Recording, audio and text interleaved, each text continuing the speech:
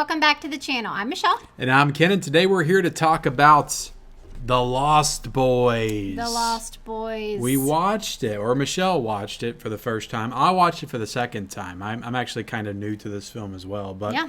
We're going to be talking about The Lost Boys, one of the greatest vampire flicks of the 80s, at least the most iconic. But before we get into it, hit the subscribe button if you haven't already. We talk about movies, TV. We do fun, entertaining live streams every Monday night. If you like that kind of stuff, hit the subscribe button. Yeah. Also, like this video. Like the video like she said, and then leave us a comment down below. I know you got some thoughts about The Lost Boys. Yeah. Let us know what they are. Does. Yeah, everybody loves this movie. It's a super iconic 80s horror adventure film, I would say.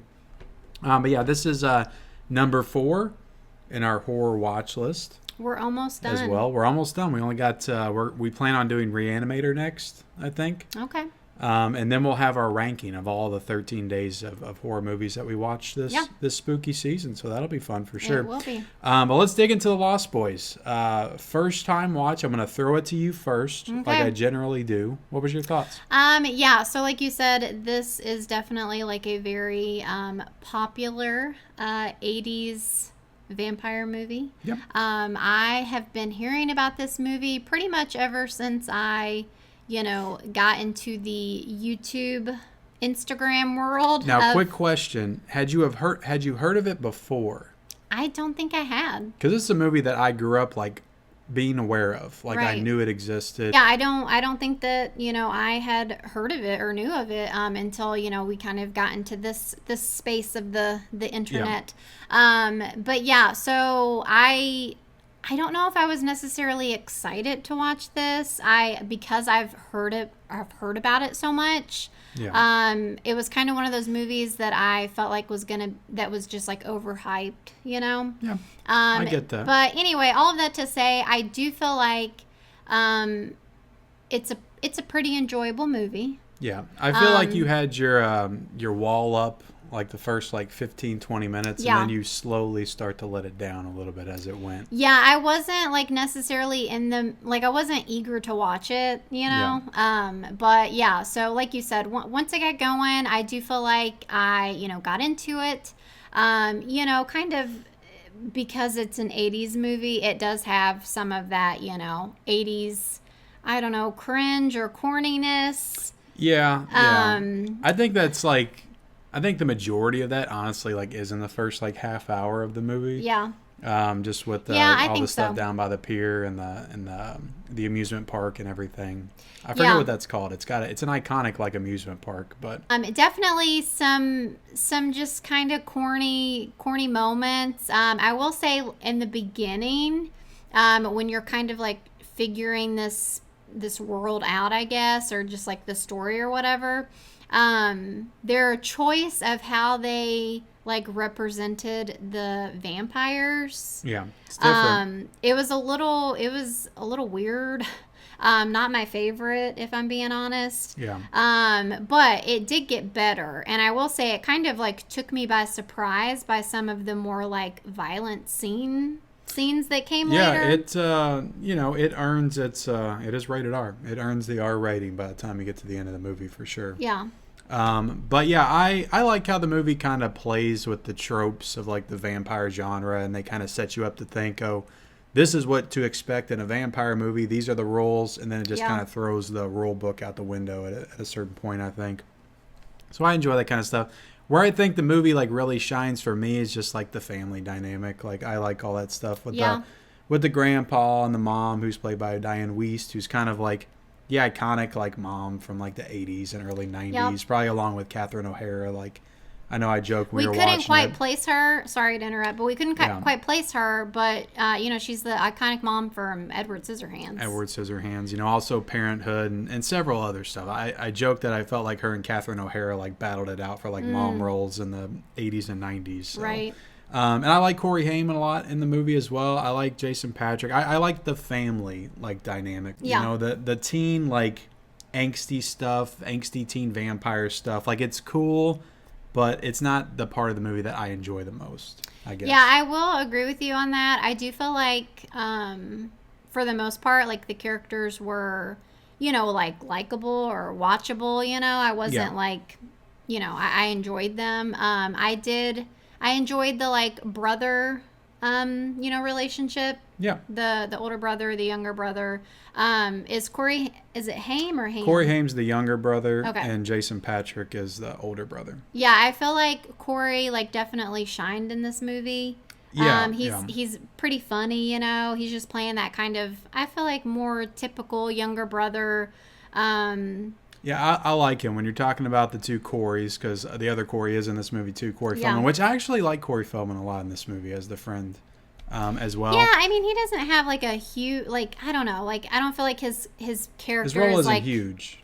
Yeah, it's just kind of minor a little bit. He doesn't have to. Yeah, but Corey Haim, like I really like in Silver Bullet, which you got to watch that someday. He's really good in Silver Bullet. This is probably my second favorite role from him for sure. Yeah.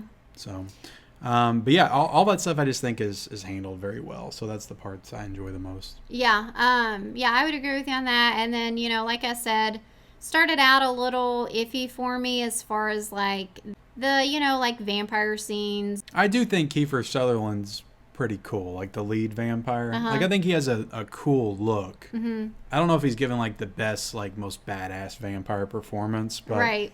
Like his look is cool. Like the look of the vampires is cool. Yeah. So did you already mention the girl from Twister? No, and God, I'm blanking on her name right now. Ew. Jamie Gertz. Yeah. So, she's definitely younger in this. She looks much different than her role in Twister.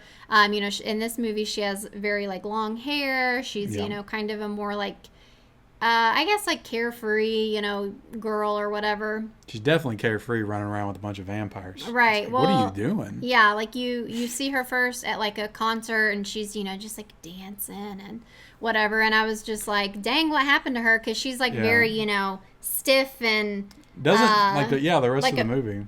I feel like. Well, no, I meant like in Twister. Oh yeah. She's very like stiff and uptight and just like not playing that like sexier role, I guess, which obviously it's a different character, but anyway. Well, she is an actress. Well, she's not anymore because right. she married a billionaire, so she yeah, gave you all told me that. that. Yeah. So anyway, it was kind of cool to see her in that, because I feel like, me personally, I can't think of like any movies that I've seen her in other than Twister.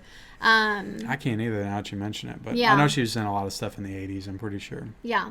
But yeah, I mean, overall, I feel like this was a pretty... Now, I have to ask this question. What did you think of sexy saxophone player? Oh, dear God. He's kind of become very iconic with this movie, Tim Capello. Yeah, it is. It is interesting that became like... Which he's a legitimate like musician. Yeah. Like he still plays the sax, like does shows and stuff. Yeah. I mean, it's interesting how something that's like such a pretty minor part in the movie becomes like iconic, but I feel like that does happen a lot, I guess. But yeah, that was up there with the cringe for me. I feel like people have to know that it's cringe, but they just like accept it. Yeah, maybe. And love like, it anyway. When I think know. about movies like this, just like movies of the 80s that I didn't grow up with, I start to think about the movies I did grow up with and how maybe those are cringe to some people. Like, we love Beetlejuice, but maybe there's some cringe aspects of that we're just not... Maybe we notice it, but we don't want to notice it. But other people probably do, and I kind of feel like that's like the same way. Like, when you grow up with something, it just becomes a part of you. I like all the music. I think it's got a great soundtrack. I like the style of this movie. Joel Schumacher directed the film, and he's a very stylistic director, so it is kind of flamboyant and over the top, but it kind of makes this movie pop, I think, and makes it memorable. Yeah, I mean, there were, again, with just like the... I don't know how I feel about some of the choices again with the filming style or whatever. There, like in the beginning, it did kind of give me like Beetlejuice vibes just from like the upper perimeter view, Yeah. But not done quite as well. It was a little shaky, and I don't know. I didn't necessarily love it, but well, that was kind of...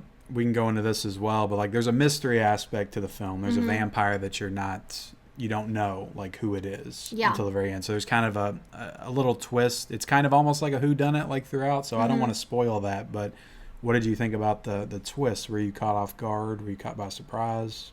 I thought it was fine. I think maybe it was a little like anticlimactic. More of a reveal than a twist, but you know what I mean. Well, I thought it was a pretty good, climax and showdown at the end. So, Yeah. but we can wrap it up. That's our review of The Lost Boys. Would you recommend this? Yeah, I would recommend it. I would recommend it for sure. It's a fun watch. Yeah. I don't love the film, but Yeah. I do like it a lot, and it's my second time watching it. It is kind of growing on me, so Yeah. I enjoy it, and I would recommend it as well. But thank you all so much for watching our review of The Lost Boys. Hit the subscribe button. Also like the video. Comment down below your thoughts on the film. And stay tuned for our Reanimator review. We'll be talking about that very soon. And we'll see you next time.